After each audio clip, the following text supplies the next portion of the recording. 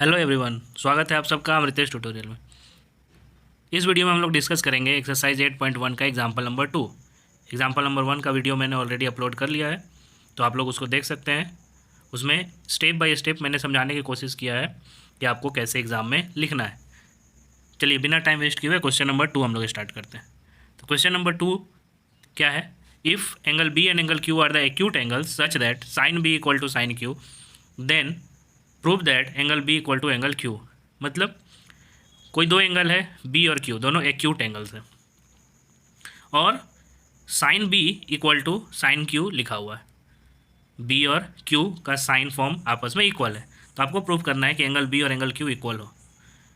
ध्यान देने वाली बात है कि एंगल बी और एंगल क्यू एक्यूट एंगल्स तो लिखा हुआ है, लेकिन क्या ये किसी एक ही ट्रायंगल के एंगल है या किसी दो अलग अलग ट्रायंगल के एंगल्स है, ये क्लियरली नहीं लिखा हुआ।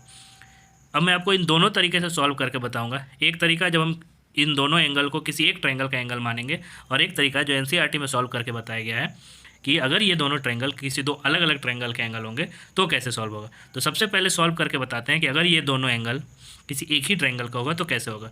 देखते हैं सॉल्व करके। चलिए इसको सॉल्व करने के लिए सबसे पहले लेते हैं हम एक ट्रायंगल। तो एक ट्रायंगल बनाते हैं। ये रहा आपका एक ट्रायंगल।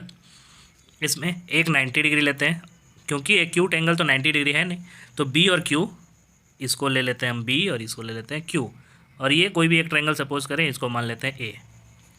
तो यहाँ पे बी और क्यू क्या है? एक्यूट एंगल्स है, और उसका साइन फॉर्म आपस में इक्वल है। तो बी और क्यू हम लोग दो एक्यूट एंगल ले लिए और इसका साइन फॉर्म आपस में इक्वल है, तो लिखते हैं sine B equal to sine Q. Sine B और साइन क्यू आपस में इक्वल है। तो साइन बी, जैसा कि ऑलरेडी हम लोग पिछले वीडियो में डिस्कस किए थे कि साइन थीटा का वैल्यू क्या होता है? p/h।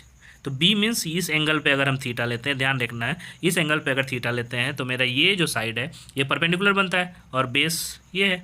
तो अगर हम थीटा लेते हैं b पे तो मेरा परपेंडिकुलर क्या होगा? तो मेरा परपेंडिकुलर होगा AQ बाई, तो हाइपोटेनस क्या है मेरा? BQ है, तो यहाँ पे ले लेते हैं BQ इज इक्वल टू, इसी तरीके से साइन क्यू। अब यहाँ पे अगर थीटा हो जाता है मेरा, ये थीटा है अगर, तो फिर से इसके अपोजिट साइड वाला मीन्स ए बी क्या हो जाएगा मेरा?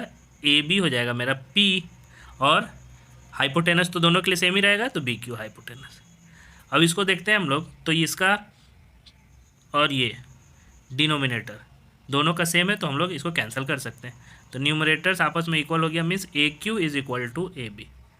अब जब AQ इक्वल टू AB हो गया, इसका मतलब किसी एक ही ट्रायंगल में अगर दो साइड्स आपस में इक्वल हो, तो हम लोग जानते हैं, क्लास 9th में हम लोग पढ़ चुके हैं कि अगर एक ही ट्रायंगल में दो साइड्स आपस में इक्वल हो तो उसका अपोजिट एंगल भी आपस में इक्वल होता है। तो यहाँ से अगर AB और AQ आपस में इक्वल है तो AB का अपोजिट एंगल Q और AQ का अपोजिट एंगल B, ये भी आपस में इक्वल होगा। मीन्स यहाँ पे हम लिख सकते हैं कि angle B is equal to angle Q, और यही प्रूफ करना है, यही हमें प्रूफ करना था। तो angle B equal to angle Q proved. तो यहाँ से हम लोग देख सकते हैं कि बहुत ही आसानी से किसी एक ट्रायंगल के अगर दो एंगल आपस में इक्वल हो और दोनों एक्यूट हो, उसका साइन फॉर्म आपस में इक्वल हो, तो वो दोनों एंगल भी आपस में इक्वल हो जाएगा, ये प्रूव कर सकते हैं। अब नेक्स्ट वीडियो में हम लोग डिस्कस करेंगे कि अगर ये दोनों एक ही ट्रायंगल का एंगल ना होके दो अलग अलग ट्रायंगल का एंगल होता, अगर एग्जाम में ये बोल देता कि this two acute angles are from two different triangles, तो उसको कैसे सॉल्व करते हैं, ये हम लोग डिस्कस करेंगे नेक्स्ट वीडियो में। Thank you.